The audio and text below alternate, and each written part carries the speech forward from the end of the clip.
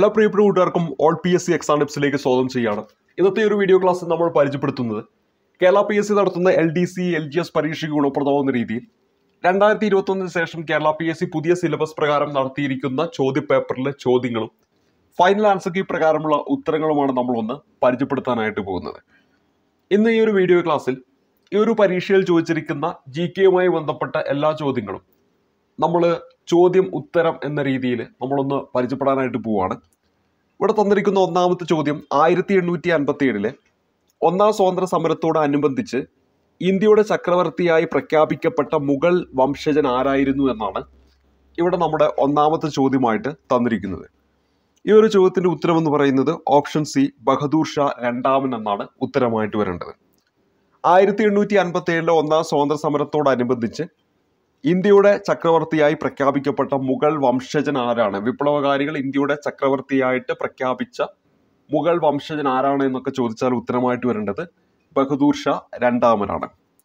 അടുത്ത ചോദ്യം, സാമ്പത്തിക ചോർച്ചാ സിദ്ധാന്തം ആദ്യമായി അവതരിപ്പിച്ച ഇന്ത്യക്കാരൻ ആരായിരുന്നു എന്നതാണ് രണ്ടാമത്തെ ചോദ്യമായിട്ട് ഈ ഒരു ചോദ്യപേപ്പറിൽ നൽകിയിരിക്കുന്നത്. ഇവിടെ നമ്മുടെ ഉത്തരം എന്ന് പറയുന്ന ഓപ്ഷൻ ഡി ആണ്, ദാദാഭായ് നവറോജിയാണ്. ദാദാഭായ് നവറോജിയാണ് സാമ്പത്തിക ചോർച്ചാ സിദ്ധാന്തം ആദ്യമായി അവതരിപ്പിച്ച ഇന്ത്യക്കാരൻ. മൂന്നാമത്തെ ചോദ്യത്തിലേക്ക് വരാം. അമേരിക്കൻ ഭരണഘടന തയ്യാറാക്കുന്നതിന് ചേർന്ന ഭരണഘടനാ കൺവെൻഷന് നേതൃത്വം നൽകിയത് ആര് എന്നതാണ് മൂന്നാമത്തെ ചോദ്യം. ഉത്തരം ഓപ്ഷൻ എ ആണ്, ജെയിംസ് മാഡിസൺ എന്നതാണ് ഈ ഒരു ചോദ്യത്തിന്റെ ഉത്തരമായിട്ട് വരുന്നത്. നാലാമത്തെ ചോദ്യം, രക്തരൂക്ഷിതമായ ഞായറാഴ്ച ഏത് രാജ്യത്തിലെ സമരങ്ങളുമായി ബന്ധപ്പെട്ടിരിക്കുന്നു എന്നാണ് നാലാമത്തെ ചോദ്യം. ഇവിടെ ഉത്തരമായിട്ട് വരേണ്ടത് റഷ്യൻ വിപ്ലവമൊക്കെ ആയിട്ട് ബന്ധപ്പെട്ടതാണ് രക്തരൂക്ഷിതമായ ഞായറാഴ്ച എന്ന സംഭവം. ഇവിടെ ഉത്തരമായിട്ട് വരേണ്ടത് ഓപ്ഷൻ ഡി ആണ്, റഷ്യയാണ് ഉത്തരമായിട്ട് വരേണ്ടത്. 2021 ടോക്കിയോ ഒളിമ്പിക്സിൽ ഇന്ത്യക്ക് വേണ്ടി അത്ലറ്റിക്സിൽ ആദ്യ സ്വർണം നേടിയ നീരജ് ചോപ്ര ഏത് സംസ്ഥാനക്കാരനാണെന്നാണ് നമ്മുടെ ചോദ്യം. ഉത്തരമായിട്ട് വരേണ്ടത് ഹരിയാനയാണ്, ഓപ്ഷൻ ഡി ആണ് ഉത്തരം. ഹരിയാനയിലെ പാനിപ്പത്തിലാണ് നീരജ് ചോപ്ര ജനിക്കുന്നത്. ആറാമത്തെ ചോദ്യം, ഭൗമഘടനയിൽ മോഹോവിഛിന്നതയെ സംബന്ധിച്ച് ചുവടെ നൽകിയിട്ടുള്ളവയിൽ ശരിയായ പ്രസ്താവന അല്ലെങ്കിൽ പ്രസ്താവനകൾ ഏത് എന്നാണ് നമ്മുടെ ചോദ്യമായിട്ട് ചോദിച്ചിരിക്കുന്നത്. തന്നിരിക്കുന്ന 4 പ്രസ്താവനകൾ. ഒന്നാമത്തെ പ്രസ്താവന, ഭൂമിയുടെ പുറംപാളിയായ ഭൂവൽക്കത്തെ മാൻഡിൽ നിന്നും വേർതിരിക്കുന്നു എന്നാണ് ഇവിടെ തന്നിരിക്കുന്ന ഒന്നാമത്തെ പ്രസ്താവന. നമ്മൾ കൃത്യമായിട്ട് ഭൂമിയുടെ ആ ഒരു ഘടന നമ്മൾ പഠിക്കുമ്പോൾ അതിൻ്റെ ഏറ്റവും പുറമെയായിട്ട് വരുന്നത് ഭൂവൽക്കമാണ് എന്ന് നമ്മൾ പഠിക്കുന്നുണ്ട്. മധ്യപാളിയായിട്ട് വരുന്നത് മാൻഡിലാണ് എന്ന് നമ്മൾ പഠിക്കും. ഏറ്റവും ഉള്ളിലായിട്ട് വരുന്നത് കാമ്പ് എന്നും നമ്മൾ പഠിക്കും. കൃത്യമായി ഓർത്തിരിക്കുക, ഇവിടെ ഈ ഭൂവൽക്കത്തെയും അതേപോലെ തന്നെ മാൻഡിലിനെയും വേർതിരിക്കുന്ന ഒരു അതിർവരമ്പാണ് ഏതെന്ന് പറയുന്നത് മോഹോവിഛിന്നത എന്ന് പറയുന്നത്.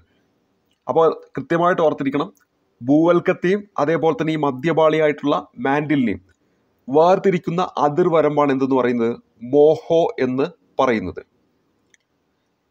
അതേ സമയത്ത് ഈ മാൻഡിലിനെയും അതേപോലെ തന്നെ ഏറ്റവും ഉള്ളിൽ വരുന്ന കാമ്പിനെയും തമ്മിൽ വേർതിരിക്കുന്ന അതിർവരമ്പിനെ നമ്മൾ വിളിക്കുന്നത് ഗുട്ടൻബർഗ് വിജീനത എന്നാണ്. എന്താണ് ഗുട്ടൻബർഗ് വിജീനത എന്നാണ് നമ്മൾ അതിനെ വിളിക്കുന്നത്. അപ്പോൾ നമ്മൾ പറഞ്ഞ 2 പോയിന്റുകളാണ്. ഇതിനിടയിൽ കുറേ അതിർവരമ്പുകളൊക്കെ നമ്മൾ പഠിക്കാറുണ്ട്. പക്ഷെ നമ്മുടെ PSC പരീക്ഷയ്ക്ക് ഒരു LDC ലെവൽ പരീക്ഷയ്ക്ക് ഈ 2 പേരുകൾ മാത്രമാണ് എപ്പോഴും ചോദിക്കുന്നത്. എന്തെല്ലാമാണ്? ഭൂവൽക്കത്തിനും മാൻഡിലിനും ഇടയിലായിട്ട് വരുന്നത് മോഹോവിഛിന്നത, മാൻഡിലിനും കാമ്പിനും ഇടയിലായിട്ട് വരുന്നത് എന്താണ് ഗുട്ടൻബർഗ് വിജീനതയാണ്. ഇത് ഓർത്ത് വെക്കാൻ വേണ്ടി ചെറിയൊരു ടിപ്പ് പറഞ്ഞുതരാം. നമ്മുടെ ഭൂവൽക്കത്തിൽ, നമ്മളൊക്കെ നിൽക്കുന്ന ഭൂവൽക്കത്തിൽ കുഴിച്ച് നമ്മൾ ഈ പറയുന്ന കാമ്പിലെത്താൻ വേണ്ടിയിട്ട് മോഹിക്കുകയാണെന്ന് വിചാരിക്കുക. എന്താണ്? ഭൂവൽക്കത്തിൽ നിന്നും മോഹിക്കുകയാണ് കുഴിച്ച് എവിടെ എത്താനായിട്ട്? കാമ്പിലെത്താനായിട്ട്. അപ്പോൾ അവിടെ ഞാൻ ഒരു ടേം പറഞ്ഞു, ഭൂവൽക്കത്തിൽ നിന്നും മോഹിക്കുകയാണ് എന്നാണ് ഞാൻ പറഞ്ഞത്. അപ്പോൾ ഭൂവൽക്കത്തെയും മാൻഡിലിനെയും തമ്മിൽ ബന്ധിപ്പിക്കുന്നത് മോഹിക്കുകയാണ് എന്നത് കണക്ട് ചെയ്ത് മോഹോവിഛിന്നത എന്ന് ഓർത്തിരിക്കുക. അപ്പോൾ നിങ്ങളുടെ ലക്ഷ്യം എന്താണ്? കാമ്പിൽ എത്തിച്ചേരുക, കുഴിച്ച് കാമ്പിൽ എത്തിച്ചേരുക എന്നതാണ് നിങ്ങളുടെ ലക്ഷ്യം. അവസാനം നിങ്ങൾ ഈ കുഴിച്ച് കാമ്പിൽ എത്തി എന്ന് വിചാരിക്കുക. അപ്പം ഞാൻ അത് കാണുന്നു, അപ്പം നിങ്ങളുടെ ലക്ഷ്യം നിങ്ങൾ നിറവേറ്റിയിരിക്കുന്നു. അപ്പം ഞാൻ നിങ്ങളോട് എന്ത് പറയും? നല്ലത്, അല്ലെങ്കിൽ അതിന് ഇംഗ്ലീഷിൽ ഗുഡ് എന്ന് ഞാൻ പറയും. നിങ്ങൾ എന്താണ് നല്ലൊരു കാര്യം ചെയ്യുന്നു, ഗുഡ് എന്ന് ഞാൻ പറയുന്നു. അപ്പോൾ അവിടെ ഓർക്കുക, തുടർന്ന് വരുന്ന മാൻഡിലിനും കാമ്പിനും ഇടയിലായിട്ടാണ് എന്ത് വരുന്നത്, ഗുട്ടൻബർഗ് വിചിന്നത വരുന്നത്. അപ്പൊ ആദ്യം നിങ്ങൾ മോഹിക്കുന്നു, മോഹോ വിചിന്നത. അവസാന ലക്ഷ്യത്തിലെത്തിയപ്പോൾ ഗുഡ് എന്ന് പറയുന്നു. അപ്പോൾ അവിടെ എന്താണ്, ഗുട്ടൻബർഗ് വിചിന്നത. അപ്പൊ ഈ 2 പോയിന്റ് ഓർക്കുക.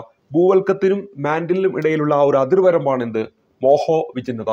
മാൻഡിലിനും കാമ്പിനും ഇടയിലുള്ള അതിർവരമ്പാണ് എന്ത്, ഗുട്ടൻബർഗ് വിചിന്നത. ഇത് നമ്മുടെ സ്റ്റേറ്റ്മെന്റിലേക്ക് വരാം. ഭൂമിയുടെ പുറംപാളിയായ ഭൂവൽക്കത്തെ മാൻഡിലിൽ നിന്ന് വേർതിരിക്കുന്നു എന്ന് പറഞ്ഞാൽ ശരിയായിട്ടുള്ള സ്റ്റേറ്റ്മെന്റ് ആണ്. ഇനി അടുത്തത്, മോഹോ വിചിന്നതയിൽ തുടങ്ങി 2900 കിലോമീറ്റർ ആഴം വരെ മാൻഡിൽ വ്യാപിച്ചിരിക്കുന്നു എന്നാണ് പറഞ്ഞിരിക്കുന്നത്. നമ്മൾ കൃത്യമായിട്ട് ഈ ഒരു ടോപ്പിക്ക് നമ്മൾ പഠിക്കുമ്പോൾ തന്നെ പഠിക്കുന്നതാണ്. ഈ ഭൂവൽക്കത്തിന്റെ ഒരു ആഴം എന്ന് പറയുന്നത് ശരാശരി 0 മുതൽ 40 കിലോമീറ്റർ വരെയാണ്. ഭൂവൽക്കത്തിന്റെ ആഴം എന്ന് പറയുന്നത്, അതായത് ഈ പറയുന്ന മോഹോ വിചിന്നത വരെ എന്താണ്, 40 കിലോമീറ്റർ ആണ് പറയുന്നത്. ആ 40 കിലോമീറ്റർ മുതൽ ഈ ഗുട്ടൻബർഗ് ഈ വിജീനത ഉണ്ടല്ലോ, ആ ഒരു അതിരുണ്ടല്ലോ, അവിടെ വരെ എത്രയാണ്, 2900 ആണ്. ഇനി 2900 മുതൽ 6370 വരെയാണ് എന്ത്, കാമ്പിന്റെ നീളം എന്ന് പറയുന്നത്. അതാണ് നമ്മുടെ ഭൂമിയുടെ റേഡിയസ് എന്നൊക്കെ നമ്മൾ പഠിച്ചിട്ടുണ്ട്. അപ്പോൾ ഇവിടെ നോക്കുക, 40 മുതൽ 2900 വരെ നമ്മുടെ സ്റ്റേറ്റ്മെന്റ് എന്താണ്, മോഹോ വിചിന്നതയിൽ തുടങ്ങി. മോഹോ വിചിന്നത നമ്മളിവിടെ 40 ആയിട്ട് എടുത്തു. അവിടെ നിന്ന് തുടങ്ങി 2900 കിലോമീറ്റർ വരെ ആഴത്തിലാണ് എന്തുള്ളത്, മാൻഡിലുള്ളത്. അപ്പോൾ അതും എന്താണ്, സ്റ്റേറ്റ്മെന്റ് എന്താണ്, ശരിയായിട്ടുള്ള ഒരു സ്റ്റേറ്റ്മെന്റ് ആണ്. ഇനി ശിലാമണ്ഡലത്തിന് തൊട്ട് താഴെ അർദ്ധദ്രാവക അവസ്ഥയിൽ കാണുന്ന ഭാഗമാണ് മോഹോ വിചിന്നത എന്നാണ് പറഞ്ഞത്. നമ്മൾ കൃത്യമായിട്ട് പഠിക്കുന്നതാണ്. ഈ ഭൂവൽക്കത്തെ നമ്മൾ സമുദ്ര ഭൂവൽക്കം എന്നും വൻകര ഭൂവൽക്കം എന്നൊക്കെ 2 തിരിക്കുന്നുണ്ട്. അപ്പൊ അത് രണ്ടും കൂടുന്നതാണ് ഭൂവൽക്കം. ആ ഭൂവൽക്കം കംപ്ലീറ്റും ഒപ്പം ഈ മാൻഡിലിന്റെ മുകൾ ഭാഗം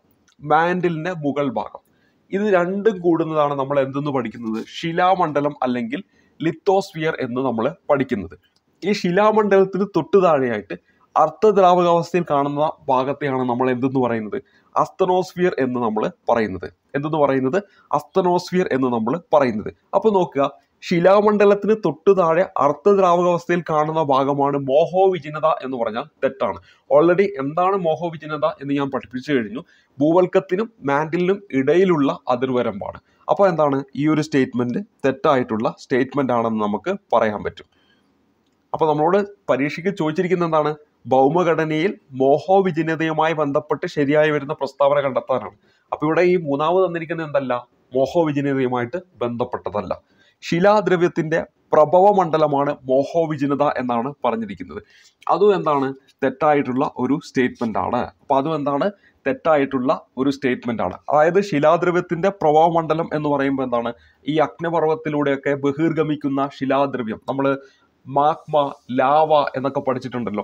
ഭൂമിക്കുള്ളിൽ മാഗ്മ, പുറത്തു വന്ന ലാവ, ഇതൊക്കെ വരുന്നത് എവിടെ നിന്നാണ്, ഞാൻ തൊട്ടു മുമ്പ് പറഞ്ഞ അസ്തനോസ്ഫിയർ ഉണ്ടല്ലോ, ആ ഒരു ഭാഗത്ത് നിന്നാണ് വരുന്നത് എന്ന കാര്യം ഓർത്തിരിക്കുക. അപ്പൊ ഇവിടെ എന്താണ്, ഈ 4ാമത്തെ സ്റ്റേറ്റ്മെന്റും തെറ്റാണ്. നമ്മുടെ ഉത്തരം എന്താണ്, 1ഉം 2ഉം ആണ് ശരി. അപ്പോൾ 1ഉം 2ഉം പ്രസ്താവനകൾ മാത്രമാണ് ശരി എന്ന് പറയുന്ന ഓപ്ഷൻ എ ആണ് നമ്മുടെ ഉത്തരമായിട്ട് വരേണ്ടത്. ഇതാണ് നമ്മുടെ ഉത്തരം.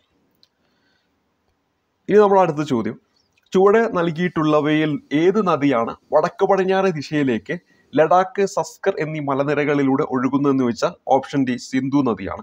നമ്മൾ കൃത്യമായിട്ട് ഈ സിന്ധു ഒക്കെ പഠിക്കുമ്പോൾ നമ്മൾ പഠിക്കുന്നതാണ് ലഡാക്ക്, സസ്കർ എന്നീ മലനിരകൾക്കിടയിലൂടെ ഒഴുകുന്ന നദി. അതാണ് ഏതെന്ന് പറയുന്നത്, നമ്മുടെ സിന്ധു നദി എന്ന കാര്യം ഓർക്കുക. ഇനി അടുത്ത ചോദ്യത്തിലേക്ക് വരാം. തിരുവനന്തപുരത്ത് ഭൗമോപരിതലത്തിൽ സ്ഥാപിച്ചിരിക്കുന്ന ഒരു തെർമോമീറ്ററിൽ ഇന്ന് ഉച്ചയ്ക്ക് 2 മണിക്ക് അന്തരീക്ഷ ഊഷ്മാവ് 25 ഡിഗ്രി സെൽഷ്യസ് രേഖപ്പെടുത്തുന്നുവെങ്കിൽ ക്രമമായ താപനഷ്ട നിരക്ക് അനുസരിച്ച് നേരെ 165 മീറ്റർ ഉയരത്തിൽ അന്തരീക്ഷ ഊഷ്മാവ് എത്രയായിരിക്കുമെന്നാണ് നമ്മുടെ ചോദ്യമായിട്ട് തന്നിരിക്കുന്നത്. ഇവിടെ ഒരു കാര്യം പറഞ്ഞിട്ട് അതിൻ്റെ ഉത്തരത്തിലേക്ക് വരാം. ആ കാര്യം പറഞ്ഞു കഴിയുമ്പോൾ നിങ്ങൾക്ക് അതിൻ്റെ ഉത്തരം കിട്ടുന്നതായിരിക്കും. നമ്മൾ കൃത്യമായിട്ട് അന്തരീക്ഷ പാളികൾ എന്ന് പറയുന്ന ടോപ്പിക്ക് നമ്മുടെ സിലബസിൽ പറയുന്നുണ്ട്. ആ സിലബസിൽ പറയുന്ന ടോപ്പിക്കിൽ നമ്മൾ അന്തരീക്ഷ പാളികളായിട്ട് ട്രോപ്പോസ്ഫിയർ പഠിക്കുന്നുണ്ട്, തെർമോസ്ഫിയർ എന്ന് പറയുന്ന അന്തരീക്ഷ പാളി പഠിക്കാം, മീസോസ്ഫിയർ എന്ന് പറയുന്ന അന്തരീക്ഷ പാളി പഠിക്കുന്നുണ്ട്, സ്ട്രാറ്റോസ്ഫിയർ എന്ന് പറയുന്ന അന്തരീക്ഷ പാളിയൊക്കെ നമ്മൾ പഠിക്കുന്നുണ്ട്.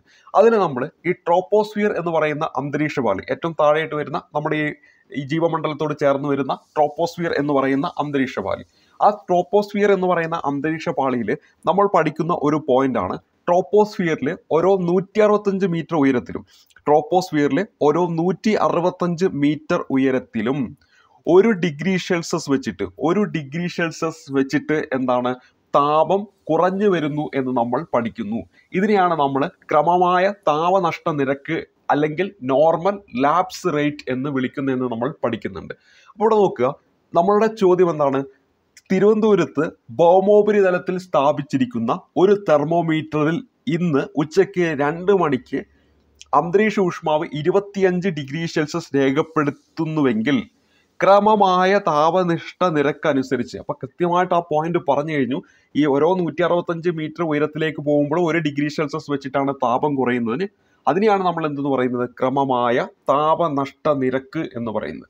അപ്പൊ ഈ ഒരു പോയിന്റ് നമ്മൾ ഓൾറെഡി ഈ പറയുന്ന ടോപ്പിക്കിൽ പഠിച്ച ഒരു ഉദ്യോഗാർത്ഥിയാണെങ്കിൽ സിമ്പിളായിട്ട് ഇതിന്റെ ഉത്തരത്തിലേക്ക് എത്താൻ പറ്റും. അപ്പൊ 165 മീറ്റർ ഉയരത്തിൽ അന്തരീക്ഷ ഊഷ്മാവ് എത്രയായിരിക്കും? 1 ഡിഗ്രി സെൽഷ്യസ് കുറഞ്ഞിട്ടുണ്ടായിരിക്കും. അതായത് ഓപ്ഷൻ സി ആണ് ചോദ്യത്തിന്റെ ഉത്തരമായിട്ട് വരേണ്ടത്. ഇവിടെ ഓപ്ഷൻ സി ആണ് നമ്മുടെ ഉത്തരമായിട്ട് വരേണ്ടത്. 24 ഡിഗ്രി സെൽഷ്യസ് ആണ്. അതായത് നമ്മൾ പഠിച്ച ഒരു സ്റ്റേറ്റ്മെന്റ് രൂപത്തിലുള്ള കാര്യത്തെ ഒരു ആപ്ലിക്കേഷൻ ലെവലിൽ ചോദ്യമാക്കി മാറ്റി. അപ്പോൾ നമ്മൾ കൃത്യമായിട്ട് എന്ത് ചെയ്യണം? ആ രീതിയിലും ഇത്തരത്തിലുള്ള കാര്യങ്ങളൊക്കെ നമ്മൾ പഠിക്കുന്നുണ്ടെങ്കിൽ നമ്മൾ എന്ത് ചെയ്യണം? ചോദ്യം വരും എന്ന് മനസ്സിലാക്കിയിട്ട് വേണം പഠിക്കാനായിട്ട്. ഇപ്പോൾ ഇവിടെ ഉത്തരം ഓപ്ഷൻ സി ആണ്. ഇനി അടുത്ത ചോദ്യത്തിലേക്ക് വരാം. കേരളത്തിലെ അച്ചൻകോവിൽ ഏത് ജൈവമണ്ഡല സംരക്ഷിത മേഖലയിൽ ഉൾപ്പെടുന്നു എന്നതാണ് നമ്മുടെ 9ാമത്തെ ചോദ്യമായിട്ട് തന്നിരിക്കുന്നത്. ഇവിടെ നമ്മുടെ ഉത്തരം എന്ന് പറയുന്നത് ഓപ്ഷൻ ഡി ആണ്. അഗസ്ത്യാമല എന്നതാണ് ഉത്തരമായിട്ട് വരേണ്ടത്. ഇപ്പോൾ ഇവിടെ എന്താണ് പരിചയപ്പെട്ടത്? കേരളത്തിലെ അച്ചൻകോവിൽ ഏത് ജൈവമണ്ഡല സംരക്ഷിത മേഖലയിൽ ഉൾപ്പെടുന്നു എന്നാണ് ചോദ്യം. ഇവിടെ നമ്മൾ ഉത്തരം എന്ന് പറയുന്നത് ഓപ്ഷൻ ഡി ആണ്. അഗസ്ത്യാമല എന്നതാണ് ഈ ഒരു ചോദ്യത്തിന്റെ ഉത്തരമായിട്ട് വരേണ്ടത്. ഇനി നമ്മൾ അടുത്ത ചോദ്യത്തിലേക്ക് വരാം. ഇന്ത്യയിലെ ആദ്യ ഗ്രീൻ ഹൈഡ്രജൻ മൊബിലിറ്റി പദ്ധതി നടപ്പിലാക്കുന്നത് NTPC-യുമായി കരാർ ഒപ്പിട്ട സംസ്ഥാനം അല്ലെങ്കിൽ കേന്ദ്രഭരണ പ്രദേശം ഏതെന്നാണ് നമ്മുടെ ചോദ്യം. ഈ ഒരു ചോദ്യത്തിന്റെ ഉത്തരം എന്ന് പറയുന്നത് ഓപ്ഷൻ ബി ആണ്. ലഡാക്ക് ആണ്. ലഡാക്ക് എന്ന കേന്ദ്രഭരണ പ്രദേശമാണ് നമ്മുടെ ഉത്തരമായിട്ട് വരുന്നത്. അപ്പോൾ ഇവിടെ എന്താണ് നമ്മൾ പരിചയപ്പെട്ടത്?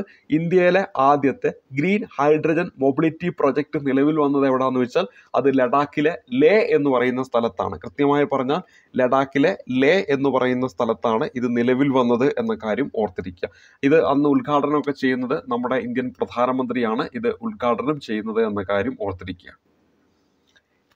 ഇനി നമ്മൾ അടുത്ത പരിചയപ്പെടുന്നത് താഴെ തന്നിരിക്കുന്നവയിൽ ശരിയായ പ്രസ്താവനകൾ ഏതെല്ലാം എന്നാണ് നമ്മുടെ ചോദ്യമായിട്ട് തന്നിരിക്കുന്നത്.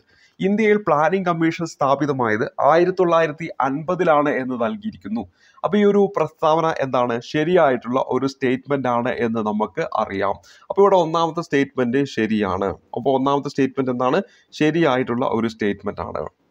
പ്ലാനിംഗ് കമ്മീഷൻ ഒരു ഭരണഘടനാ സ്ഥാപനമാണെന്ന് പറഞ്ഞാൽ എന്താണ്? അത് ഒരു തെറ്റായിട്ടുള്ള ഒരു സ്റ്റേറ്റ്മെന്റ് ആണ്. ഇതെന്താണ്? ഒരു തെറ്റായിട്ടുള്ള സ്റ്റേറ്റ്മെന്റ് ആണ്. പ്ലാനിംഗ് കമ്മീഷൻ ഒരു ഉപദേശക സമിതിയാണ് എന്ന് പറഞ്ഞാൽ കൃത്യമായി നമ്മളവിടെ പഠിക്കുന്നുണ്ട്. അത് ശരിയാണ്. പ്ലാനിംഗ് കമ്മീഷന് പകരം നീതി ആയോഗ് എന്ന സ്ഥാപനം നിലവിൽ വന്നത് 2018 നീതി ആയോഗ് പ്ലാനിംഗ് കമ്മീഷന് പകരമായിട്ടാണ് വന്നത് എന്ന് ക്ലാസ് കാണുന്ന എല്ലാവർക്കും അറിയാം. പക്ഷെ വർഷം തെറ്റി. 2015 ജനുവരി 1 വേണ്ടത്. അപ്പോൾ അവിടെ 2018 എന്നത് തെറ്റാണ്. അപ്പോൾ ഇവിടെ ഓപ്ഷൻ, അതായത് 4ാമത് കൊടുത്തിരിക്കുന്നതും തെറ്റാണ്. 1ഉം 3ഉമാണ് നമുക്ക് ശരി. ശരിയായ പ്രസ്താവനകൾ ഏതെല്ലാം എന്നാണ് ചോദിച്ചിരിക്കുന്നത്. അപ്പോൾ ആ ഒരു ഭാഗം നമ്മൾ ഈ ഒരു ചോദ്യം വായിക്കുമ്പോൾ തുടക്കത്തിലേ എന്ത് ചെയ്യണം? അണ്ടർലൈൻ ചെയ്യണം. ചിലപ്പോൾ ഇവിടെ തെറ്റായ പ്രസ്താവനകൾ എന്ന് ചോദിക്കും. അപ്പം നമ്മൾ പോയിട്ട് ഈ പറയുന്ന 1ഉം 3ഉം പോയിട്ട് കറപ്പിക്കാനുള്ള സാധ്യത ഉണ്ട്. നിലവിൽ ഈ ചോദ്യത്തിൽ നമ്മുടെ ഉത്തരം എന്താണ്? ശരിയായ പ്രസ്താവന എന്നാണ് ചോദിക്കുന്നത്. അതുകൊണ്ട് കുഴപ്പമില്ല. അപ്പോൾ നമ്മുടെ ഉത്തരം എന്താണ്? ഓപ്ഷൻ ബി ആണ് നമ്മുടെ ഉത്തരമായിട്ട് വരേണ്ടത്. ഇനി നമ്മൾ അടുത്ത ചോദ്യത്തിലേക്ക് വരാം.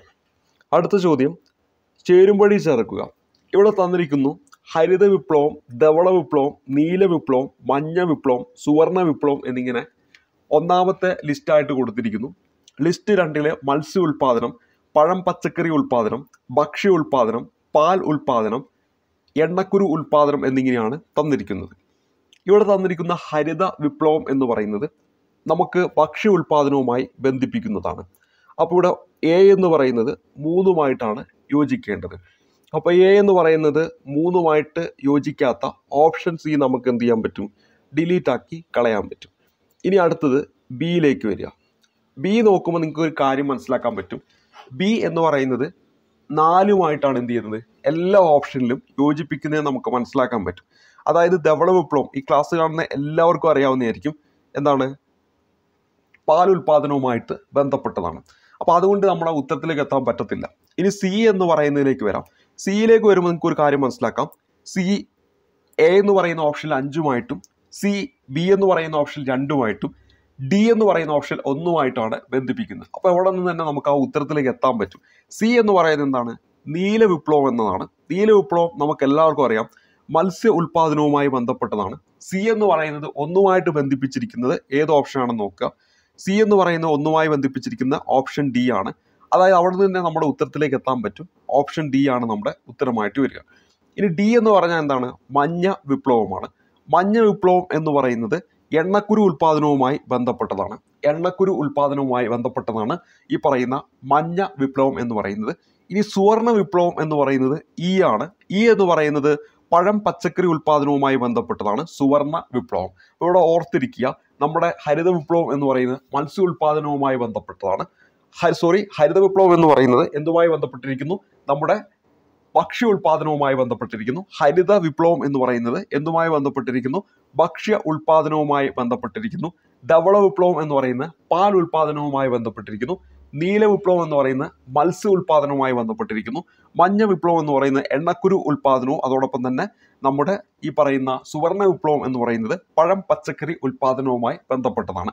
ഹരിത വിപ്ലവം കാർഷിക ഉൽപാദനം എന്ന് വരാം, ഇവിടെ അത് ഭക്ഷ്യ ഉൽപാദനമായിട്ട് നൽകിയിരിക്കുന്നു. ധവള വിപ്ലവം എന്താണ്? പാൽ ഉൽപാദനവുമായി ബന്ധപ്പെട്ടിരിക്കുന്നു. അതേപോലെ തന്നെ നീല വിപ്ലവം എന്ന് പറയുന്ന മത്സ്യ ഉൽപാദനം, മഞ്ഞ വിപ്ലവം എന്ന് പറയുന്നത് എണ്ണക്കുരു ഉൽപാദനം, സുവർണ വിപ്ലവം എന്ന് പറയുന്നത് പഴം പച്ചക്കറി ഉൽപാദനവുമായി ബന്ധപ്പെട്ടതാണ്.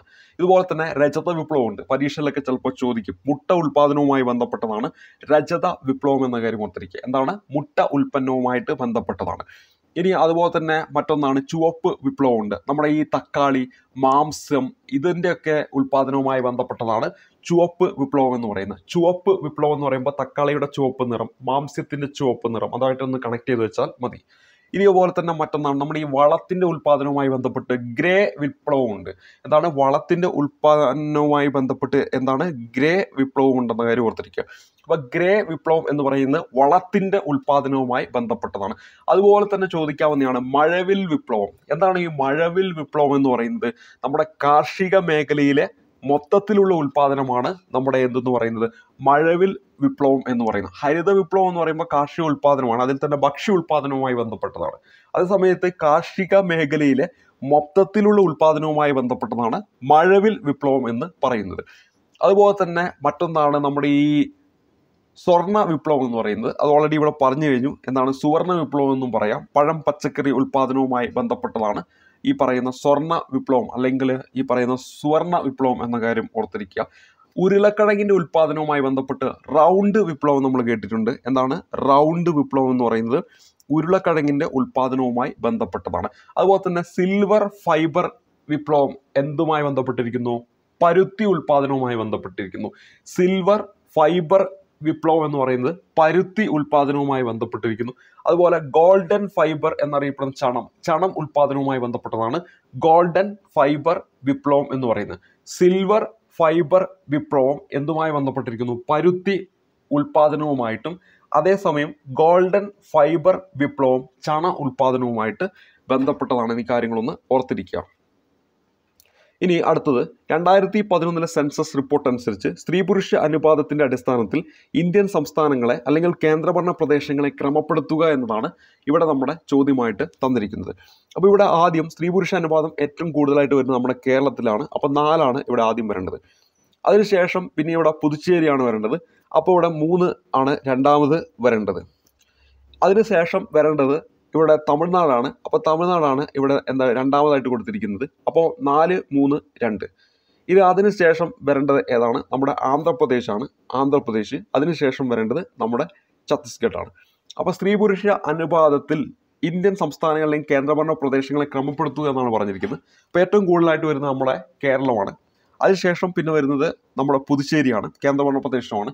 അതിനുശേഷം പിന്നെ വരുന്നത് തമിഴ്നാടാണ്. അപ്പം നമ്മൾ ഏതെല്ലാം പറഞ്ഞു? ഒന്ന് നമ്മുടെ കേരളം പറഞ്ഞു, രണ്ടാമത് നമ്മുടെ പുതുച്ചേരി പറഞ്ഞു, മൂന്നാമത് നമ്മുടെ എന്താണ് പറഞ്ഞിരിക്കുന്നത്? തമിഴ്നാടും പറഞ്ഞിരിക്കുന്നു. ഇനി അടുത്തത് ഏതാണ്? നമ്മുടെ ഒന്നാമത് കൊടുത്തിരിക്കുന്ന ആന്ധ്രാപ്രദേശാണ്. അതിനുശേഷം വരുന്നത് ഛത്തീസ്ഗഡാണ്. അപ്പോൾ ഈ ഒരു ചോദ്യം 2011 സെൻസസ് പ്രകാരമാണ് ചോദിച്ചിരിക്കുന്നത്. അതുകൊണ്ട് തന്നെ വരാൻ പോകുന്ന LDCയിലും ആവർത്തിച്ച് ചോദിക്കാവുന്ന ഒരു ചോദ്യം തന്നെയാണ്. പഠിച്ചു വെച്ചേക്കുക. കേരളം വരുന്നു, പിന്നെ പുതുച്ചേരി വരുന്നു, പിന്നെ തമിഴ്നാട് വരുന്നു. അതിനുശേഷം ഇവിടെ കൊടുത്തിരിക്കുന്ന ഏതാണ്? ആന്ധ്രാപ്രദേശ്. അതിനുശേഷം വരുന്ന ഏതാണ്? ഛത്തീസ്ഗഡാണ്. ആന്ധ്രാപ്രദേശ്, ഛത്തീസ്ഗഡ്. അപ്പോൾ കേരളത്തിന് ശേഷം പുതുച്ചേരി, ദെൻ തമിഴ്നാട്, അതിനുശേഷം പിന്നീട് വരുന്നത് ആന്ധ്രാപ്രദേശ്, അതിനുശേഷം പിന്നീട് അഞ്ചാമതായിട്ട് വരുന്ന ഏതാണ്? നമ്മുടെ ഇവിടെ കൊടുത്തിരിക്കുന്ന ഛത്തീസ്ഗഡ് ആണെന്ന കാര്യം ഓർത്തിരിക്കുക. ഏതാണ്? ഛത്തീസ്ഗഡ് ആണെന്ന കാര്യം ഓർത്തിരിക്കുക. അപ്പോൾ ആ ഒരു ഇമ്പോർട്ടൻസ് ഈ ഒരു ചോദ്യത്തിന് കൊടുക്കണം. കാരണം ഇത് 2011 സെൻസസ് പ്രകാരമാണ് നൽകിയിരിക്കുന്നതെന്ന കാര്യം ഓർക്കുക. അപ്പോൾ 2011 ഈ ഒരു സെൻസസ് പ്രകാരം നമ്മുടെ ഇന്ത്യയുടെ സ്ത്രീ പുരുഷ അനുപാതം എന്ന് പറയുന്നത് എത്രയാണെന്ന് വെച്ചാൽ അവിടെ ഉത്തരമായിട്ട് വരേണ്ടത് 943 943 ഇന്ത്യയുടെ സ്ത്രീ പുരുഷ അനുപാതം. സ്ത്രീ പുരുഷ അനുപാതം എന്ന് ഉദ്ദേശിക്കുന്നത് എന്താണ്? 1000 പുരുഷന്മാരെ എടുക്കുകയാണെങ്കിൽ അവിടെ എത്ര സ്ത്രീകൾ? അതാണ് സ്ത്രീ പുരുഷ അനുപാതം എന്നതുകൊണ്ട് ഉദ്ദേശിക്കുന്നത്. അപ്പോൾ അവിടെ 943/1000 എന്നാണ് കൊടുക്കുക. അപ്പോൾ 1000 പുരുഷന്മാരെടുക്കുമ്പോൾ 943 സ്ത്രീകൾ എന്നതാണ് നമ്മുടെ ഇന്ത്യയുടെ സ്ത്രീ പുരുഷ അനുപാതവുമായി ബന്ധപ്പെട്ട് ഉദ്ദേശിക്കുന്നത്. കേരളത്തിന്റെ കേസിലേക്ക് വരുമ്പോഴോ അത് 1084. കേരളത്തിന്റെ കേസിലേക്ക് വരുമ്പോൾ 1084. അപ്പോൾ സ്ത്രീ പുരുഷ അനുപാതം ഏറ്റവും കൂടുതലായിട്ട് വരുന്നത് എവിടെയാണ്? നമ്മുടെ കേരളത്തിലാണ്. അപ്പോൾ 1000 പുരുഷന്മാരെടുക്കുകയാണെങ്കിൽ 1084 സ്ത്രീകൾ എന്നാണ് ഉദ്ദേശിക്കുന്നത്. അപ്പോൾ കേരളത്തിന്റെ സ്ത്രീ പുരുഷ അനുപാതം എത്രയാണ്? 1084. രണ്ടാമത് വരുന്ന പുതുച്ചേരിയുടെ എത്രയാണ്? 1037. 1037. അപ്പോൾ ഇവിടെ കേരളത്തിൻ്റെത് 1084. 1084. ഇനി രണ്ടാമത് വരുന്ന പുതുച്ചേരിയുടേത് 1037. 1037 ഏതിൻ്റെത്? നമ്മുടെ പുതുച്ചേരിയുടേത് എന്ന കാര്യം ഓർത്തിരിക്കുക. അപ്പോൾ പുതുച്ചേരിയുടെ എത്രയാണ്? 1037 പുതുച്ചേരിയുടേത് എന്ന കാര്യം കൂടി ഓർത്തിരിക്കുക. അപ്പോൾ ഇവിടെ നമ്മൾ ആ ഒരു ഓർഡർ പഠിച്ചു വെച്ചേക്കുക. ആദ്യം വരുന്നത് നമ്മുടെ കേരളം, അതിനുശേഷം പുതുച്ചേരി, അതിനുശേഷം ഇവിടെ തമിഴ്നാട്, അതിനുശേഷം ഇവിടെ വരുന്ന ആന്ധ്രാപ്രദേശ്, അതിനുശേഷം ഛത്തീസ്ഗഡ് എന്ന കാര്യം ഒന്ന് ഓർത്തു വെക്കുക. ഇനി നമ്മുടെ അടുത്തതായിട്ട് നമ്മളിവിടെ പരിചയപ്പെടുത്തുന്നത് അടുത്ത ചോദ്യത്തിലേക്ക് വരാം. അടുത്ത ചോദ്യം, അപ്പോൾ ഇവിടെ നമ്മുടെ ഉത്തരം എന്താണ്? 4, 3, 2, 1, 5. അപ്പോൾ അവിടെ നമ്മൾ ഉത്തരം ഓപ്ഷൻ സി ആണ്. 4, 3, 2, 1, 5 എന്ന് വരുന്ന ഓപ്ഷൻ സി ആണ് ഈ ഒരു ചോദ്യത്തിന്റെ ഉത്തരമായിട്ട് വരിക. റിസർവ് ബാങ്ക് ഓഫ് ഇന്ത്യയുടെ ഇപ്പോഴത്തെ ഗവർണർ ആയിരുന്നു വെച്ചാൽ ഉത്തരമായിട്ട് വരേണ്ട ഓപ്ഷൻ സി തന്നെയാണ്. ശക്തികാന്ത ദാസ്. ഇപ്പോഴും അദ്ദേഹം തന്നെയാണ്. താഴെ പറയുന്നവയിൽ ഇന്ത്യൻ പഞ്ചവത്സര പദ്ധതിയുടെ അടിസ്ഥാന ലക്ഷ്യങ്ങൾ ഏതെല്ലാം എന്നാണ് ഇവിടെ തന്നിരിക്കുന്ന ചോദ്യം. അപ്പോൾ ഇവിടെ നമ്മുടെ ഉത്തരമായിട്ട് വരേണ്ടത് ഏതാണ്? തന്നിരിക്കുന്നതിൽ സാമ്പത്തിക വളർച്ചയുണ്ട്, സ്വാശ്രയത്വമുണ്ട്, ആധുനികവൽക്കരണമുണ്ട്, കയറ്റുമതിയുണ്ട്. ഇവിടെ നമ്മുടെ ഉത്തരം എന്ന് പറയുന്നത് ഓപ്ഷൻ എ ആണ്. 1, 2, 3 ആണ്.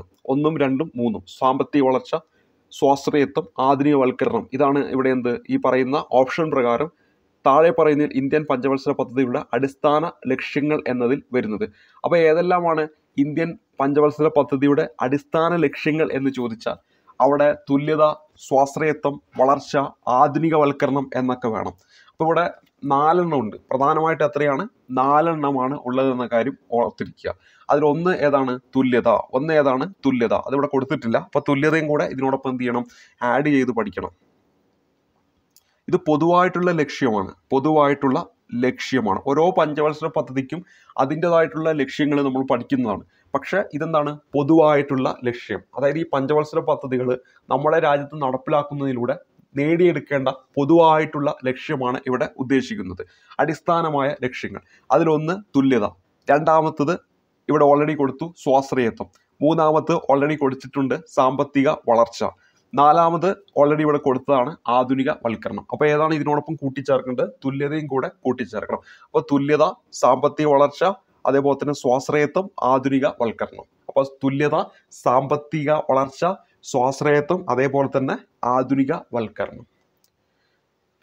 ഇനി നമ്മൾ അടുത്തായിട്ട് പരിചയപ്പെടുന്നത് ഇവിടെ നമ്മൾ ഉത്തരം എന്താണ്? ഓപ്ഷൻ എ ആണ് ഉത്തരമായിട്ട് വരുന്നത്.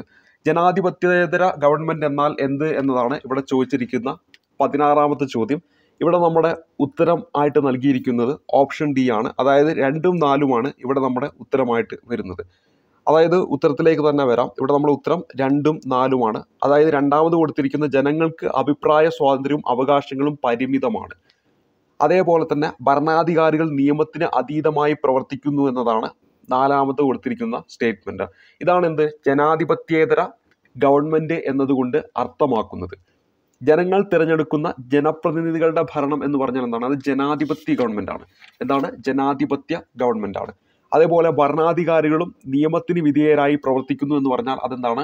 ജനാധിപത്യ ഗവൺമെന്റ് ആണ്. ഇത് നമ്മൾ വായിക്കുമ്പോൾ തന്നെ നമുക്ക് ഇതിന്റെ ഉത്തരം കിട്ടുന്നതാണ്. ഇനി നമ്മൾ അടുത്ത ചോദ്യത്തിലേക്ക് വരാം. താഴെ പറയുന്ന പ്രസ്താവനകളിൽ ശരിയായത് കണ്ടെത്തുക. ഇന്ത്യയിൽ നിയമനിർമ്മാണ വിഭാഗം എന്നാൽ രാഷ്ട്രപതി, രാജ്യസഭ, ലോകസഭ എന്നിവ ഉൾപ്പെടുന്നു എന്നതാണ് ഇവിടെ തന്നിരിക്കുന്ന ഒന്നാമത്തെ പ്രസ്താവന. അപ്പൊ ഇന്ത്യയിൽ നമുക്കറിയാം, ഇന്ത്യ ഗവൺമെന്റിന് നിയമനിർമ്മാണ വിഭാഗമെന്നും കാര്യനിർവഹണ വിഭാഗമെന്നും നീതിന്യായ വിഭാഗമെന്നും മൂന്നായിട്ട് നമുക്ക് വേണമെങ്കിൽ തരംതിരിക്കാം. നമുക്ക് വേണമെങ്കിൽ എന്നല്ല, അങ്ങനെയാണ് തരംതിരിച്ചു വെച്ചിരിക്കുന്നത്. അതിൽ ഈ നിയമനിർമ്മാണ വിഭാഗത്തിൽ ആരെല്ലാമാണ് ഉൾപ്പെടുന്നത്? നമ്മുടെ രാഷ്ട്രപതിയുണ്ട്, ലോകസഭയുണ്ട്, രാജ്യസഭയുണ്ട്. നമുക്കറിയാലോ, നമ്മുടെ രാജ്യത്ത് ഒരു നിയമം നിർമ്മിക്കണമെങ്കിൽ നമ്മുടെ ലോകസഭയിലും രാജ്യസഭയിലും അതിനുശേഷം നമ്മുടെ രാഷ്ട്രപതി അത് ഒപ്പിടുകയും ചെയ്യണം, അല്ലേ? ഈ രണ്ട് സഭകളിലും പാസ്സാക്കി അതിനുശേഷം രാഷ്ട്രപതി ഒപ്പിടണം. അതാണ് എന്ത്? നിയമനിർമ്മാണ വിഭാഗം. ഇവിടെ നോക്കുക, ഇന്ത്യയിൽ നിയമനിർമ്മാണ വിഭാഗം എന്നാൽ രാഷ്ട്രപതി, രാജ്യസഭ, ലോകസഭ എന്നിവ ഉൾപ്പെടുന്നു. അപ്പോൾ ആ ഒരു സ്റ്റേറ്റ്മെന്റ് എന്താണ്? ശരിയായിട്ടുള്ള സ്റ്റേറ്റ്മെന്റ് ആണ്. ഇനി അടുത്തത്, ഇന്ത്യയിൽ കാര്യനിർവഹണ വിഭാഗം എന്നാൽ രാഷ്ട്രപതി, ഉപരാഷ്ട്രപതി, പ്രധാനമന്ത്രി, മന്ത്രിസഭ, ഉദ്യോഗസ്ഥ വൃന്ദം എന്നിവ ഉൾപ്പെടുന്നു. ഇന്ത്യയിലെ കാര്യനിർവഹണ വിഭാഗം എന്ന് പറഞ്ഞാൽ രാഷ്ട്രപതിയുണ്ട്, ഉപരാഷ്ട്രപതിയുണ്ട്, പ്രധാനമന്ത്രിയുണ്ട്, മന്ത്രിസഭയുണ്ട്, ഉദ്യോഗസ്ഥ വൃന്ദവും ഉണ്ടെന്ന കാര്യം ഓർത്തിരിക്കുക. അപ്പോൾ ഇവിടെ തന്നിരിക്കുന്ന ഈ ഒരു ചോദ്യത്തിൽ എന്താണ്? രണ്ടാമത്തെ സ്റ്റേറ്റ്മെന്റും ശരിയായിട്ടുള്ള സ്റ്റേറ്റ്മെന്റ് ആണെന്ന കാര്യം ഓർത്തിരിക്കുക. അപ്പൊ ഇന്ത്യയിലെ ഗവൺമെന്റിനെ നിയമനിർമ്മാണ വിഭാഗമെന്നും കാര്യനിർവഹണ വിഭാഗമെന്നും രണ്ടായിട്ട് നമ്മളിപ്പോൾ പറഞ്ഞു കഴിഞ്ഞു. മൂന്നാമതൊരു തരംതിരിവുണ്ട്, നീതിന്യായ വിഭാഗമാണ്.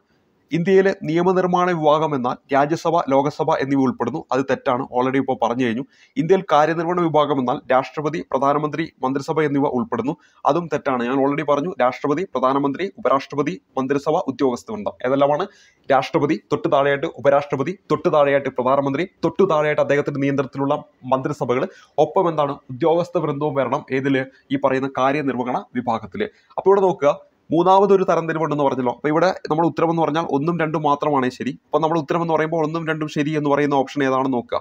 1ഉം 2ഉം ശരി എന്ന് പറയുന്ന ഓപ്ഷൻ എന്താണ്? Option C. ഓപ്ഷൻ സി ആണ് നമ്മുടെ ഉത്തരമായിട്ട് വരിക. മൂന്നാമതൊരു വിഭാഗം ഏതാണ്? നീതിന്യായ വിഭാഗമാണ്. ആ നീതിന്യായ വിഭാഗം എന്ന് പറയുമ്പോൾ നമ്മുടെ നാട്ടിലുള്ള സുപ്രീം കോടതി, നമ്മുടെ നാട്ടിലുള്ള ഹൈക്കോടതി, നമ്മുടെ നാട്ടിലുള്ള ജില്ലാ കോടതി, നമ്മുടെ നാട്ടിലുള്ള സബ് കോടതി, നമ്മുടെ നാട്ടിലുള്ള മുൻസിഫ് കോടതി, അതുപോലെ തന്നെ മജിസ്ട്രേറ്റ് കോടതി, ഇതാണ് എന്ത്? നമ്മുടെ ഈ പറയുന്ന നീതിന്യായ വിഭാഗത്തിൽ വരുന്നത്. അതിൽ ഈ മുൻസിഫ് കോടതിയാണ് സിവിൽ കേസുമായി ബന്ധപ്പെട്ട്, മജിസ്ട്രേറ്റ് ആണെങ്കിൽ നമ്മുടെ ഈ പറയുന്ന ക്രിമിനൽ കേസുമായി ബന്ധപ്പെട്ട്. ഇത് SCRT ടെക്സ്റ്റ് ബുക്ക് നിങ്ങൾ എടുത്തു നോക്കിയിട്ടുണ്ടെങ്കിൽ കൃത്യമായിട്ട് ഒരു ഡയഗ്രാം നൽകിക്കൊണ്ട് അവർ പറയുന്നുണ്ട്. ആ ഒരു ചോദ്യമാണ് ഇവിടെ ഓരോ സ്റ്റേറ്റ്മെന്റ് രൂപത്തിൽ ഈ പരീക്ഷയ്ക്ക് ചോദിച്ചിരിക്കുന്നത്. അപ്പോൾ എന്താണ് ഓർത്തിരിക്കേണ്ടത്? ഇത്രയേ ഉള്ളൂ. എല്ലാ ജനാധിപത്യ രാജ്യങ്ങളിലും ഗവൺമെന്റിന്റെ ഭാഗമായി നിലകൊള്ളുന്ന പ്രധാന 3 ഘടകങ്ങളാണ് എന്ത്? നിയമനിർമ്മാണ വിഭാഗം, അവർ നിയമങ്ങൾ നിർമ്മിക്കുന്നു. അതേപോലെ തന്നെ കാര്യനിർവഹണ വിഭാഗം ഈ നിയമങ്ങളൊക്കെ നടപ്പിലാക്കുന്നു. അതേപോലെ തന്നെ നീതിന്യായ വിഭാഗം നിയമങ്ങൾ എന്താണ്? വ്യാഖ്യാനിക്കുന്നത്. ഈ നീതിന്യായ വിഭാഗം നമ്മുടെ ഇന്ത്യൻ ഭരണഘടന പ്രകാരം എന്താണ്? ഈ പറയുന്ന നിയമനിർമ്മാണ വിഭാഗത്തിൽ നിന്നും കാര്യനിർവഹണ വിഭാഗത്തിൽ നിന്നും എന്താണ്? സ്വതന്ത്രമാണ്. അതായത് നമ്മുടെ രാജ്യത്ത് എന്താണ്? സ്വതന്ത്ര നീതിന്യായ വിഭാഗമാണെന്ന് നമ്മൾ പഠിച്ചിട്ടുണ്ട്. അതായത് ഇവരൊന്നും എന്ത് ചെയ്യില്ല, ഈ നീതിന്യായ വിഭാഗത്തിന് തീരുമാനങ്ങളിൽ കയറിയിട്ട് ഇടപെടാൻ പറ്റത്തില്ല. അത് സ്വതന്ത്രമായിട്ട് നിലകൊള്ളുകയാണ്. നമ്മൾ ഓൾറെഡി പഠിക്കുന്നതല്ലേ. നമ്മളിപ്പോൾ സിമ്പിളായിട്ട് എക്സാമ്പിൾ പറഞ്ഞാൽ പല കേസുകളിലും ഈ പറയുന്ന ശിക്ഷിക്കപ്പെടുന്നവർ അതിൽ എന്തെങ്കിലുമൊക്കെ ഭരണഘടനാപരമായിട്ട് ലംഘനം ഉണ്ടെങ്കിൽ, ഇപ്പോൾ നമ്മൾ ഫണ്ടമെന്റൽ റൈറ്റ്സുമായി ബന്ധപ്പെട്ട് ലംഘനം ഉണ്ടെങ്കിൽ കോടതിയെ സമീപിക്കുന്നു, റിട്ടുകൾ പുറപ്പെടുവിക്കുന്നു ഒക്കെ നമ്മൾ കേട്ടിട്ടില്ലേ. അപ്പോൾ ഇവിടെ എന്താണ് സംഭവിക്കുന്നത്? നീതിന്യായ വിഭാഗം എന്താണ്? ഈ 2 വിഭാഗങ്ങളിൽ നിന്നും എന്താണ്? സ്വതന്ത്രമായിട്ട് നിലകൊള്ളുന്നതാണ് നമ്മുടെ രാജ്യത്ത്. അപ്പോൾ ഇവിടെ ഈ പറഞ്ഞ ഈ ഒരു ചോദ്യത്തിന്റെ ഉത്തരം എന്താണ്? ഓപ്ഷൻ സി ആണ് നമ്മുടെ ഉത്തരമായിട്ട് വരേണ്ടത്. ഇനി നമ്മൾ അടുത്ത ചോദ്യത്തിലേക്ക് വരാം. ഇന്ത്യയുടെ തെരഞ്ഞെടുപ്പ് പ്രക്രിയയിൽ നിർബന്ധമായും പാലിക്കേണ്ട ഘട്ടങ്ങൾ ക്രമപ്പെടുത്തുക എന്നതാണ് അടുത്ത ഒരു ചോദ്യം. ഇപ്പോൾ വളരെ വ്യത്യസ്തമായിട്ടുള്ള കുറേ ചോദ്യങ്ങളാണ് നമ്മളിവിടെ കണ്ടുകൊണ്ടിരിക്കുന്നത്. അതുകൊണ്ട് തന്നെ ഈ ചോദ്യങ്ങളൊക്കെ നല്ല രീതിയിൽ പഠിച്ചു വെക്കണം. വരാൻ പോകുന്ന പരീക്ഷ റിപ്പീറ്റ് ആയിട്ട് ചോദിക്കാവുന്നതാണ്. അപ്പോൾ ഇന്ത്യയുടെ തെരഞ്ഞെടുപ്പ് പ്രക്രിയയിൽ നിർബന്ധമായും പാലിക്കേണ്ട ഘട്ടങ്ങൾ ക്രമപ്പെടുത്തുക എന്നതാണ്. അപ്പോൾ ഇതൊക്കെ നമ്മുടെ നിത്യജീവിതത്തിൽ നമ്മൾ വാർത്തകളിലൂടെയും പ്രത്യേകിച്ചും ഈ ഒരു കാലഘട്ടത്തിൽ നമ്മൾ വാർത്തകളിലൂടെ എപ്പോഴും കേട്ടുകൊണ്ടിരിക്കുന്നതാണ്. പത്രിക സമർപ്പിക്കാനായിട്ട് ഇപ്പോൾ നമ്മുടെ വയനാട്ടിൽ രാഹുൽ ഗാന്ധി വന്നു എന്ന് പറയുമ്പോൾ വലിയൊരു വാർത്തയായിട്ട് നമ്മൾ കണ്ടതാണ്. അപ്പോൾ അത് എന്താണ്? നമ്മൾ നിത്യജീവിതത്തിൽ കാണുന്ന കാര്യങ്ങൾ തന്നെയാണ് ചോദ്യമായിട്ട് വന്നുകൊണ്ടിരിക്കുന്നത്. അപ്പോൾ ഇവിടെ ഇന്ത്യയുടെ തെരഞ്ഞെടുപ്പ് പ്രക്രിയയിൽ നിർബന്ധമായും പാലിക്കേണ്ട ഘട്ടങ്ങൾ ക്രമപ്പെടുത്തുക. ഒന്നാമത് കൊടുത്തിരിക്കുന്നു നാമനിർദ്ദേശ പത്രികകളുടെ സൂക്ഷ്മ പരിശോധന. നാമനിർദ്ദേശക പത്രിക പിൻവലിക്കൽ, തിരഞ്ഞെടുപ്പ് വിജ്ഞാപനം പുറപ്പെടുവിക്കൽ, നാമനിർദ്ദേശക പത്രിക സമർപ്പിക്കുക. അപ്പോൾ ഇവിടെ ആദ്യം എന്താണ് വരേണ്ടത്? തിരഞ്ഞെടുപ്പ് വിജ്ഞാപനം എന്ത് ചെയ്യണം? പുറപ്പെടുവിക്കണം അല്ലേ? നമ്മുടെ ഇലക്ഷൻ കമ്മീഷൻ ഇപ്പം ലോകസഭയുമായി ബന്ധപ്പെടുത്തി തിരഞ്ഞെടുപ്പ് വിജ്ഞാപനം പുറപ്പെടുവിച്ചു, തീയതികളും ഇവിടെ പുറത്തു വിട്ടു കഴിഞ്ഞു. അപ്പോൾ അതാണ് ആദ്യം സംഭവിച്ചിരിക്കുന്നത്. അപ്പോൾ ഇവിടെ നമ്മൾ 3 എന്ന് പറയുന്നതാണ് ആദ്യം സംഭവിക്കേണ്ടത്. അപ്പോൾ ഇവിടെ ഓപ്ഷൻ സി നമുക്ക് എന്ത് ചെയ്യാം? ഡിലീറ്റ് ആക്കി കളയാം. അതിനുശേഷം ഇവിടെ നൽകിയിരിക്കുന്ന ഓപ്ഷൻ നോക്കൂ, നാമനിർദ്ദേശക പത്രികകളുടെ സൂക്ഷ്മ പരിശോധന. അതിനു മുമ്പായിട്ട് ഈ നാമനിർദ്ദേശക പത്രിക സമർപ്പിക്കണ്ടേ? അപ്പോൾ അവിടെ 4 എന്ന് പറയുന്നതാണ് എന്ത് വരേണ്ടത്? രണ്ടാമത് വരേണ്ടത്. അപ്പോൾ ആദ്യം വിജ്ഞാപനം പുറപ്പെടുവിച്ചു, അതിനുശേഷം നാമനിർദ്ദേശക പത്രിക സമർപ്പിച്ചു, അതിനുശേഷം വരേണ്ടത് ഏതാണ്? ഈ പറയുന്ന പത്രിക സൂക്ഷ്മ പരിശോധന നടത്തുന്നു. അതായത് ഇവിടെ നമ്മുടെ മൂന്നാമത് വരുന്നത് 1 എന്ന് പറയുന്നതാണ്. പിന്നെ എന്താണ്?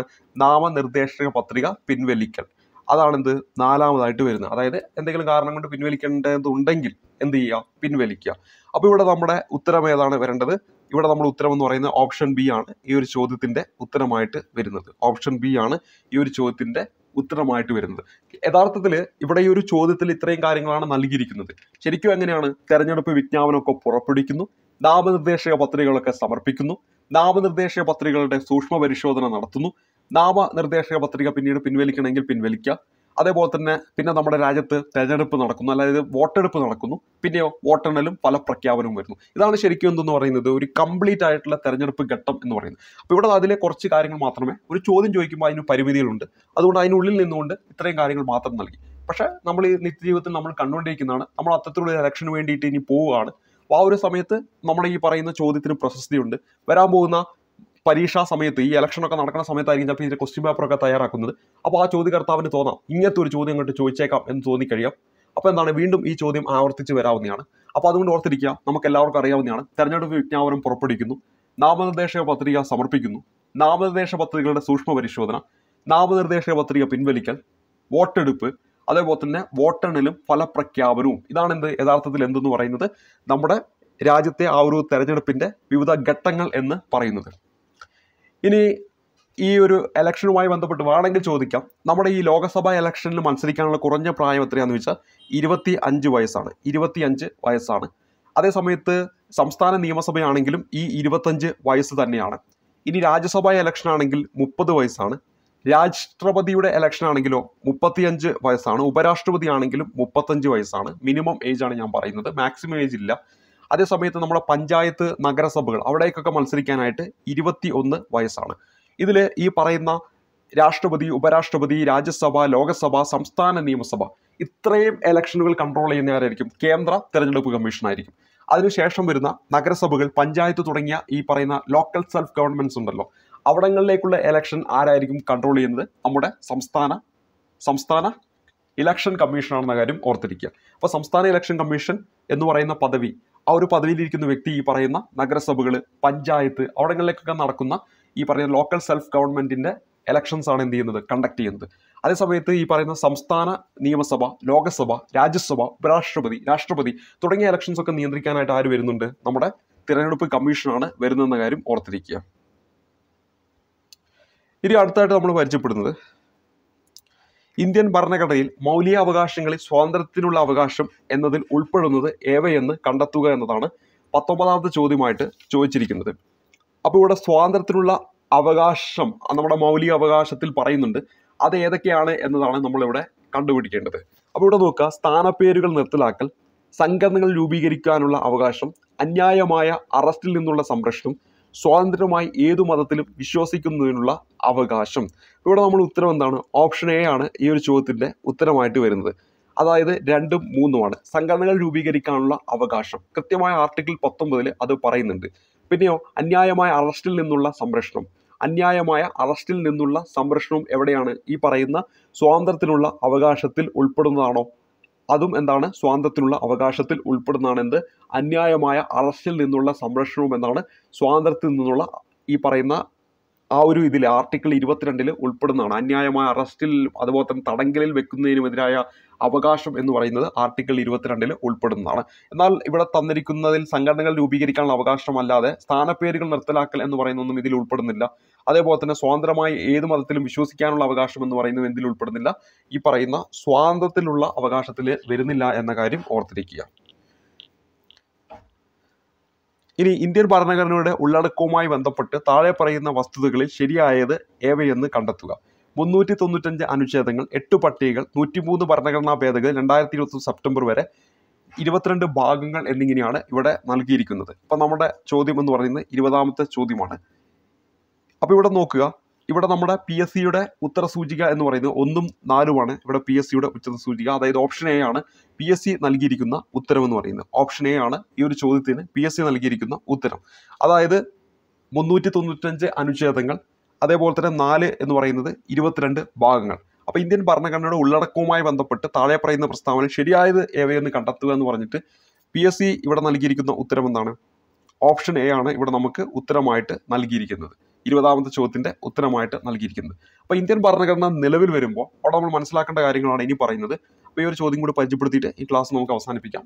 അപ്പോൾ ഈ ഒരു ഭരണഘടന നിലവിൽ വരുമ്പോൾ ടോട്ടൽ എത്രയാണ്? 395 ആർട്ടിക്കിളാണ് ഉള്ളത്. നമ്മൾ പഠിച്ചിട്ടുണ്ട്. അന്ന് 8 പട്ടികകളും അതേപോലെ തന്നെ 22 ഭാഗങ്ങളുമാണ് ഉണ്ടായിരുന്നത്. ഇവിടെ നോക്കുക, 395 അനുച്ഛേദങ്ങൾ, 22 ഭാഗങ്ങൾ, അതേപോലെ തന്നെ 8 പട്ടികകളാണ് തുടക്കത്തിലുള്ളത്. ഇവിടെ PSC നൽകിയിരിക്കുന്ന ഉത്തരമാണ് ഞാനിപ്പോൾ പറഞ്ഞത്. നിങ്ങൾ ഓൾറെഡി അത് കണ്ടതുമാണ്. ഫൈനാൻസിക്ക് ഈ ഉത്തരമാണ് ഞാൻ കാണിച്ചത്. അപ്പോൾ ഇവിടെ നോക്കുക, 395 എന്ന് പറയുന്ന എന്താണ് അനുച്ഛേദങ്ങൾ, അതേപോലെ തന്നെ 8 എന്ന് പറയുന്ന പട്ടിക എന്നുണ്ടായിരുന്നു, 22 എന്ന് പറയുന്ന ഭാഗങ്ങൾ ഉണ്ടായിരുന്നു. നിങ്ങൾ നമ്മുടെ ഈ പറയുന്ന ഇന്ത്യൻ ഭരണഘടന എടുക്കുകയാണെങ്കിൽ 470ഓളം അനുച്ഛേദങ്ങളാണ് നിലവിലുള്ളത്. അതിങ്ങനെ മാറ്റം വന്നുകൊണ്ടിരിക്കും. അതേപോലെ തന്നെ പട്ടികകൾ എന്ന് പറയുമ്പോൾ എന്താണ്?